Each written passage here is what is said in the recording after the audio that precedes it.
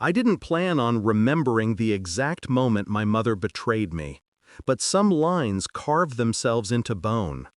"You're not coming to Thanksgiving. Your sister's husband says you'd kill the vibe." That was the text. No punctuation, no hesitation, just execution. I stared at it for a long moment, let the sting settle, then turned my phone face down. I didn't reply. Silence has weight, and I wanted him, Mark, to feel every ounce of it later. He just didn't know it yet. I met him 10 years ago. Back then, he was all forced charisma and shiny ambition. My sister brought him home like he was a prize she'd won. I tried to trust him, tried to see what she saw.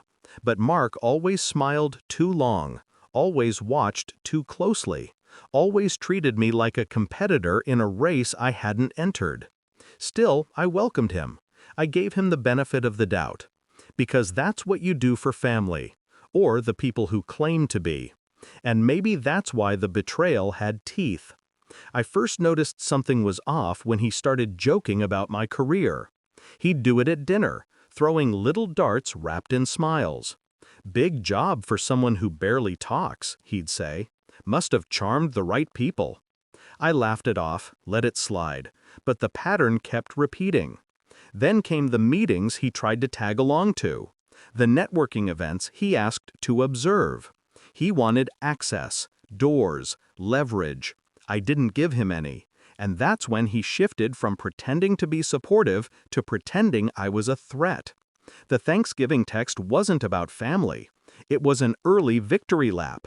He thought he'd successfully pushed me out of the inner circle, isolated me, minimized me. A small man's favorite strategy. But small men never see the setup coming. I didn't lash out, didn't complain, didn't correct anything. I simply focused on work. My new position, the one nobody in my family bothered asking about because Mark kept them distracted with his stories. The merger, the acquisition, the leadership restructuring. They had no idea I was at the center of it. And Mark never realized that the company he'd just joined as a mid-level strategist was, as of last quarter, under the umbrella of the firm I had just been promoted to oversee. He didn't know the name of the division head because he didn't think it mattered. He didn't know it was me because he didn't think I mattered.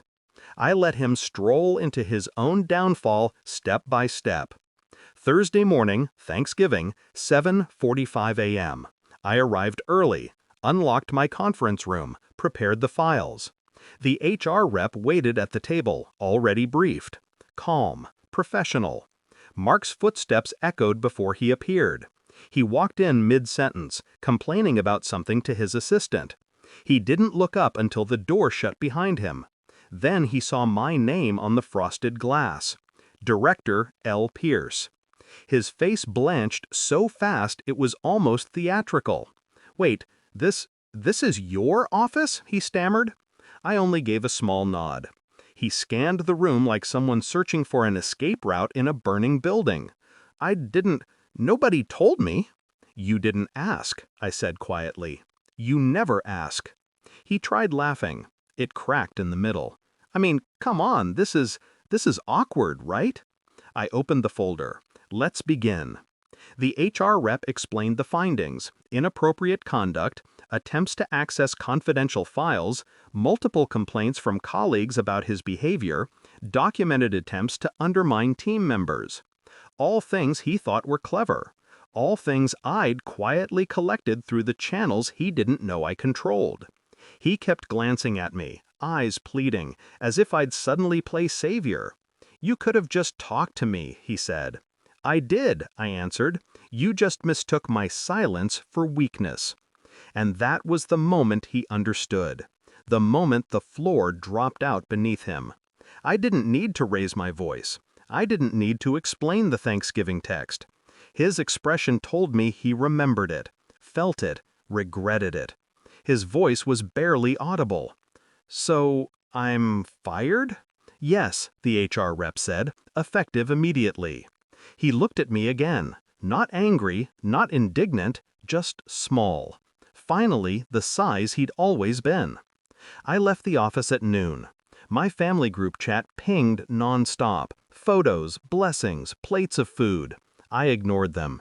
Instead, I drove home, sat in the quiet, let the weight of the week slide off my shoulders. Revenge isn't loud. It isn't messy. It's precise. It's letting someone build their own downfall while you simply step out of the way. Mom still didn't know what happened. My sister would find out soon enough. Mark would get home with a box of his belongings and an explanation he'd never be able to spin into a lie. And me? I warmed leftovers, ate in peace, and for the first time in months, I felt full.